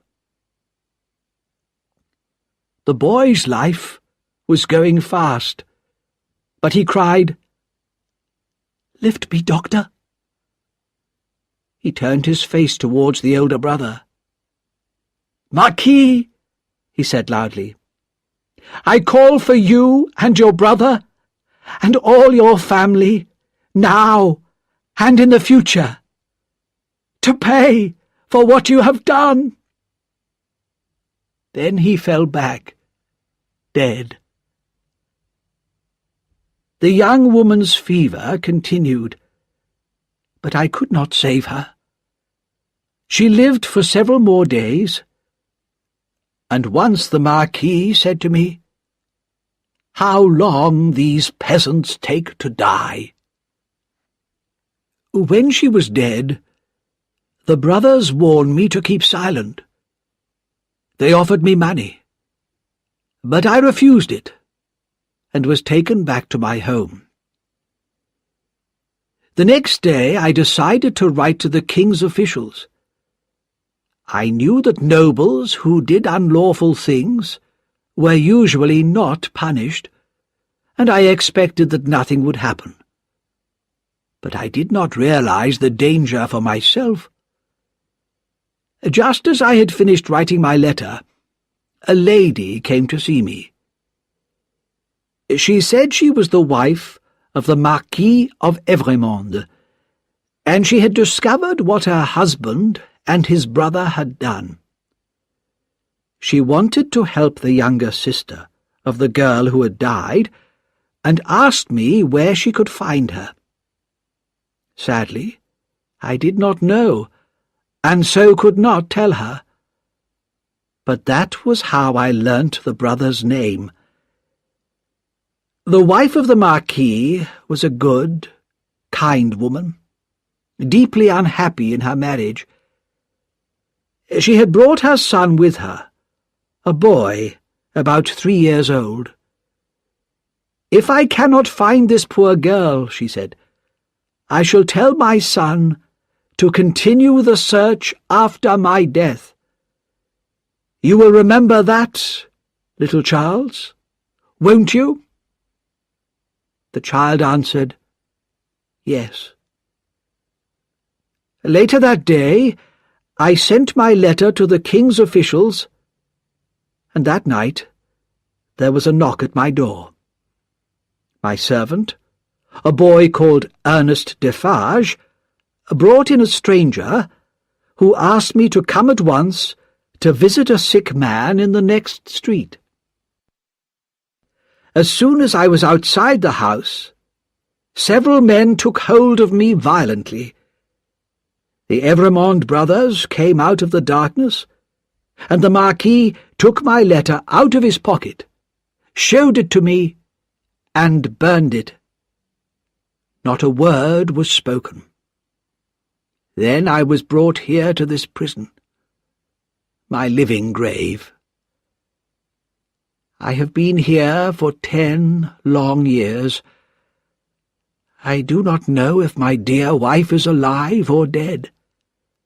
These brothers have sent me no news of my family. There is no goodness in their cruel hearts. I, Alexandre Manette, in my pain and sadness, I condemn them in the face of God. When Defarge had finished reading, a terrible sound rose from the crowd, a long, wild cry of anger and revenge. Death for the hated Marquis of Evremond, enemy of the people. The trial was over, and in less than 24 hours, Charles Darnay would go to the guillotine. Chapter 11. Madame Defarge's Revenge. Lucy held out her arms to her husband. "Let me kiss him. One last time." Most of the citizens had gone out into the streets to shout how they hated the prisoners, but Barsad was still there. "Let her kiss her husband," he said. "It's just for a minute." Lucy went over to her husband, and he took her in his arms. Dr. Manette followed his daughter, and fell on his knees before them. But Darnay pulled him to his feet, saying, "No, no. Now we know how much you suffered, especially when you knew whose son I was. But you kept your feelings secret, because of your love for Lucy. We thank you, with all our hearts, for what you did. I tried so hard to do what my mother had wished, but I never found that poor girl. And how could that terrible story ever have a happy ending?" He turned to his wife. "My dearest love, we shall meet again, in the place where there are no worries. God be with you both." As Darnay was taken away, Lucy fell to the floor unconscious. Sidney Carton came quickly forward to help Mr. Lorry and Dr. Manette. He carried Lucy to her coach, and she was taken home. Then he carried her into the house, where her daughter and Miss Pross waited, tears falling from their eyes. "Before I go," said Sidney Carton, "may I kiss her?" He touched Lucy's face lightly with his lips, whispered a few words, and went into the next room. "You are still very popular with the citizens, Doctor. You must try again to talk to the judges." "I'll do everything I can. Everything," Dr. Manette said. Mr. Lorry went with Carton to the door. "I have no hope," whispered Mr. Lorry sadly. "Nor have I," replied Carton. "After today, no judge in Paris would even try to save him. The people would be too angry. I will return here later to see if there is any news. But there is no real hope. He left the house and began to walk quickly towards Saint-Antoine. His face was calm and serious. He looked like a man who had decided to do something. I must show myself to the people here, he thought. They should know that there is a man like me in the city. In Defarge's wine shop, the only customer was Jacques III, who had been on the tribunal that had decided Darnay should die. When Carton sat down and asked for a glass of wine, Madame Defarge looked at him carelessly at first, then much more carefully. She went back to her husband and Jacques III, who were talking. "He is very much like Evrémonde," she said softly. Defarge himself looked at Carton and said, "Yes, but only a little," and the three continued their conversation. Carton listened carefully, while pretending to read a newspaper. "Madame is right," said Jacques III. "Why should we stop at Evrémonde?" "We must stop somewhere," said Defarge. "Not until they are all dead. Every one of that family," said his wife. "You're right. But think how much the doctor has suffered. Perhaps he has suffered enough." "Listen," said Madame Defarge coldly. "Don't forget that I was that younger sister. And it was my family that suffered so much from the Evrémonde brothers. It was my sister who died, and my sister's husband, and my father. It was my brother who was killed. Tell others to stop. Don't tell me." Carton paid for his wine and went out quickly on his way. He went back to Dr. Manette's house, where more bad news was waiting for him. The doctor's mind had returned to the past once again. He did not recognize his friends, and wanted only to find his old table and to make shoes. "Listen to me carefully," Carton said to Mr. Lorry. "I believe that Lucy, her daughter, and perhaps even her father, are in great danger. I heard Madame Defarge talking about them tonight. They must leave Paris tomorrow. They have the necessary papers, and so do you. Here are mine. Take them, and keep them safe with your own. You must leave by coach at 2 o'clock tomorrow. Keep a place for me in the coach, and don't leave without me. Promise that you will do exactly what I have said. Many lives will depend on it." "I promise," said Mr. Lorry. Chapter 12. A Change of Clothes. Charles Darnay passed his last night alone in the prison. He had no hope. He knew he must die, not for anything he had done wrong, but for the crimes of his father and his uncle. He sat down to write to his wife. "I knew nothing about the time your father spent in prison until he told me. Even then, I did not know that it was my family that had been so cruel to him. I told your father that my real name was Evrémonde, and he made me promise not to tell you. I am sure that he had forgotten the paper he had written. But what has happened now is not his fault. Take care of him and our child, and one day we shall all meet again in the happier world that comes after death. Darnay did not sleep peacefully that night, and in the morning he walked up and down his prison, waiting. He counted the hours. 9, gone forever. 10, 11, 12, gone forever. At 1 o'clock, he heard someone outside the door.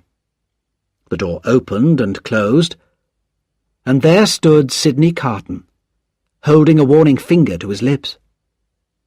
"Be quiet. I come from your wife. She begs you to do exactly what I say and to ask no questions. There is no time. Take off your boots and put on mine." "Carton, my dear friend," said Darnay, "it is impossible to escape from this place. You will only die with me." "I'm not asking you to escape.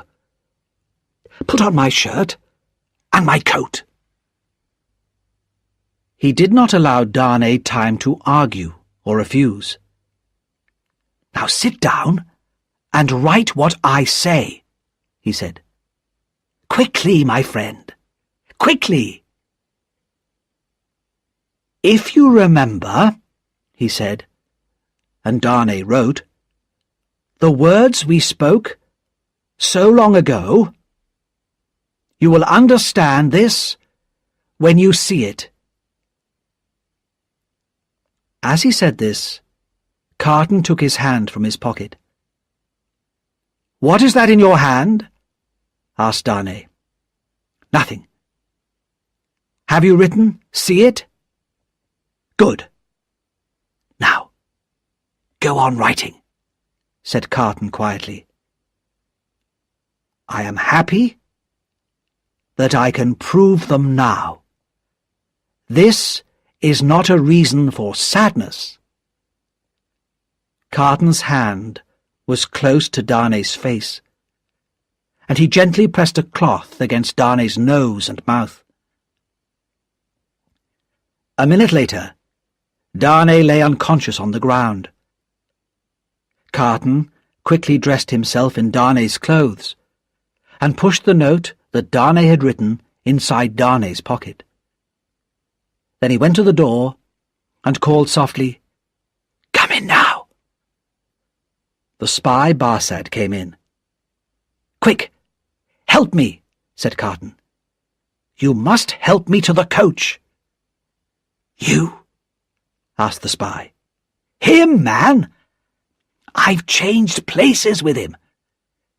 "You can say that it was too much for him, saying his last goodbye to his friend. That happens quite often, I believe." "Yes, often," replied Barsad. "But do you promise to keep me out of danger? And go on with this plan to the end? The number must be right. 52 prisoners must die today. Have I not already promised to be true to the death?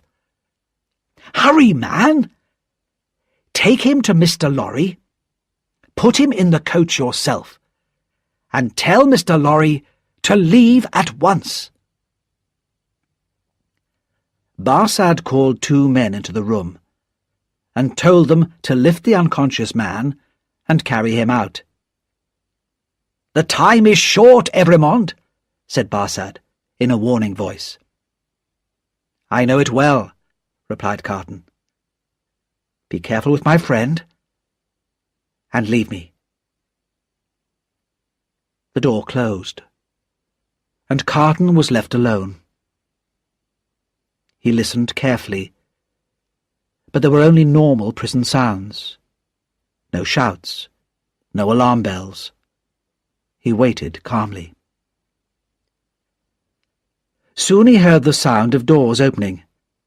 The door of his prison cell opened, and a man said, "Follow me, Evremond," and Carton followed him into a large, dark room. There were many people there, some standing, some sitting, some walking about, some crying. Most of them stood silent, looking at the ground. A young woman came up to him. She was thin and pale. "Citizen Evrémonde?" she said. "I was with you in La Force." "True," he said softly. "But I forget what you were accused of." "I am innocent. What could a poor little thing like me do?" "I am not afraid to die, Citizen Evrémonde, but I have done nothing." Her sad smile as she said this touched Carton's heart. "They say that the revolution will do so much good for the poor people," said the girl. "How can my death help the poor? If it is true, I am willing to die, but I do not know how that can be." "I heard that you were set free, Citizen Evrémonde," she went on. "I hoped it was true." "It was, but I was taken again and condemned." "When we go from here, Citizen Evrémonde, will you let me hold your hand? I am not afraid, but I am little and weak, and it will help to make me brave." The young girl looked into his face, and he saw a sudden doubt come into her eyes, followed by surprise. He touched his lips with his finger. "Are you dying for him?" she whispered. "And his wife and child." "Yes." "Oh, will you let me hold your brave hand, stranger?" "Yes, my poor sister, to the last." Chapter 13. The Last Goodbyes. At that same hour, in the early afternoon, a coach going out of Paris drives up to the gates of the city. "Who goes there? Show us your papers." The guard looks at the papers.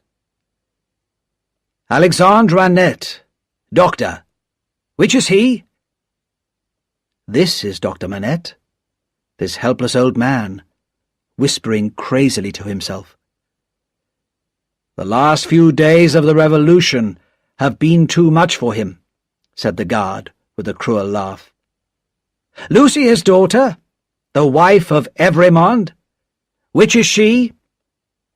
This is she, with her child, little Lucy, beside her. "Ah! Your husband has another meeting today. Sidney Carton, lawyer, English. Which is he?" "He is here in the corner. He is not well."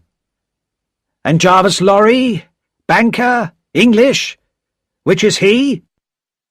"I am he, and the last," says Jarvis Lorry. "Here are your papers, Jarvis Lorry. You may go."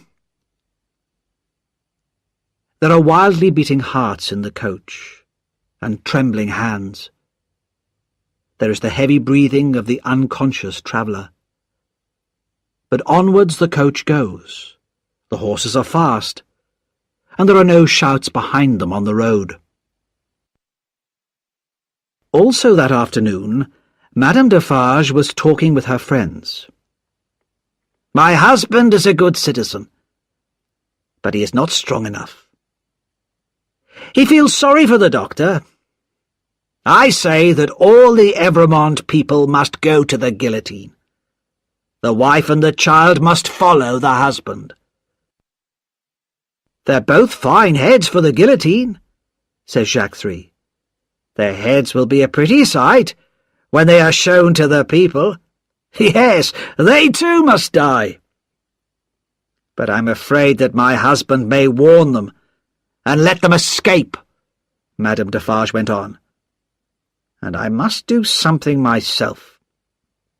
After the death of Evrémonde, at 3 this afternoon, we'll go to the tribunal and accuse them." The others agreed willingly. "No one must escape. More heads must fall. Lucy Manette will be at home now, waiting for the moment of her husband's death," said Madame Defarge. "I will go to her. She will say things against the Revolution, and condemn herself. Here, take my knitting, and keep my usual seat near the guillotine." "Don't be late," said her friend. "To see the death of Evrémonde, I shall not be late," replied the cruel voice of Madame Defarge. There were many women in Paris at that time who hated the nobles and wanted to see them die. But of all these women, Madame Defarge was the one most feared. All her life she'd been filled with hate. It was nothing to her that an innocent man was going to die because of his father's and his uncle's crimes. She wanted more. Hidden in her clothes were a gun and a sharp knife, and with her usual confident step, she began to walk to Dr. Manette's house. The house was not yet empty. Miss Pross and Jerry Cruncher were there, preparing to follow Mr. Lorry's coach. Mr. Lorry had decided that 2 coaches were better than 1. With fewer passengers, each coach would travel faster. But Miss Pross was still worried. A second coach leaving from the house might suggest an escape. "Mr. Cruncher," she said, "you must go and stop our coach coming here. Drive to the church instead, and I'll meet you there at 3 o'clock. Jerry hurried away. It was 2:20, and at once Miss Pross began to get herself ready to leave. She was washing her face when she suddenly looked up and saw a figure standing in the room. Madame Defarge looked at her coldly. "The wife of Evrémonde. Where is she?" Miss Pross quickly stood in front of the door to Lucy's room. "You're a cruel, dangerous woman, but you won't frighten me," she said, breathing hard. Each woman spoke in her own language, and neither understood the other's words. But Madame Defarge knew that Miss Pross was a true friend of the doctor's family, and Miss Pross knew that Madame Defarge was the family's enemy. "I wish to see the wife of Evrémonde. Go and tell her." "Do you hear me?" said Madame Defarge. She stared angrily at Miss Pross, but Miss Pross stared back just as angrily. "I am desperate," said Miss Pross. "I know that the longer I can keep you here, the greater hope there is for my darling girl. If you fight me, I'll fight back." Madame Defarge stepped forward and called loudly, "Citizen Doctor! Wife of Evrémonde! Answer me!"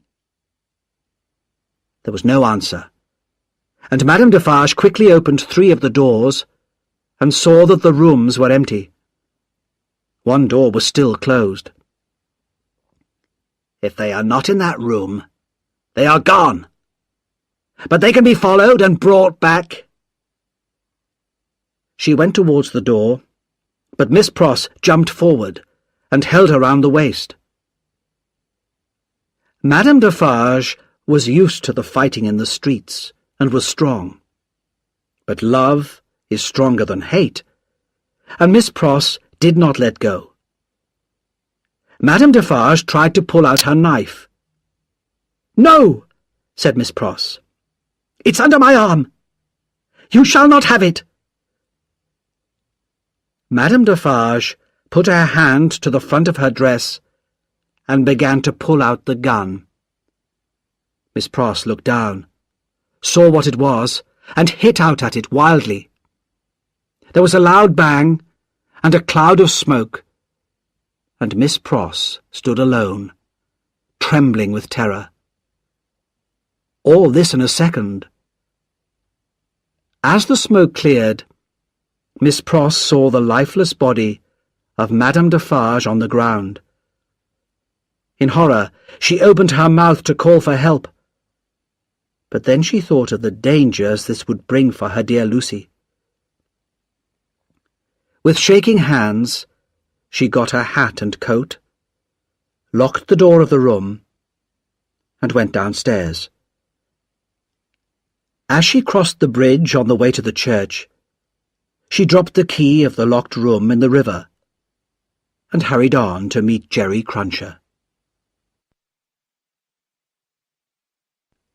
As the death carts carry the condemned prisoners through the streets of Paris, crowds watch to see the faces of those who are to die. In the chairs around the guillotine, the friends of Madame Defarge are waiting for her. "Teresa! Teresa Defarge! Who has seen her? She's never missed before." But the death carts have arrived, and the guillotine has already begun its work. Crash! A head is held up, and the women who sit knitting count 1. The supposed Evrémonde helps the young girl down from the cart. He carefully places her with her back to the guillotine, and she looks up gratefully into his face. "Because of you, dear stranger, I am calm. I think you were sent to me by God," she whispers. "Or perhaps he sent you to me," says Sidney Carton. "Keep your eyes on me, dear child, and do not think of anything else." "I do not mind while I hold your hand. I shall not mind when I let it go, if they are quick." "They are quick, fear not." She kisses his lips. He kisses hers. Now the guillotine is waiting. The young girl goes next, before him. The women count 22, and Carton walks forward. 23. They said of him that it was the most peaceful face ever seen there.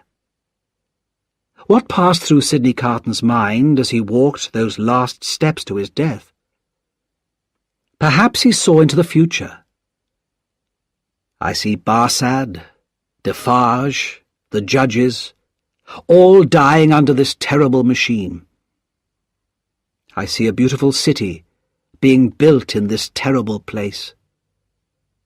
I see that new people will live here, in real freedom. I see the lives for whom I give my life, happy and peaceful in that England which I shall never see again. I see Lucy when she is old, crying for me on this day every year, and I know that she and her husband remember me until their deaths. I see their son, who has my name, now a man. I see him become a famous lawyer, and make my name famous by his work. I hear him tell his son my story. It is a far, far better thing that I do than I have ever done. It is a far, far better rest that I go to than I have ever known.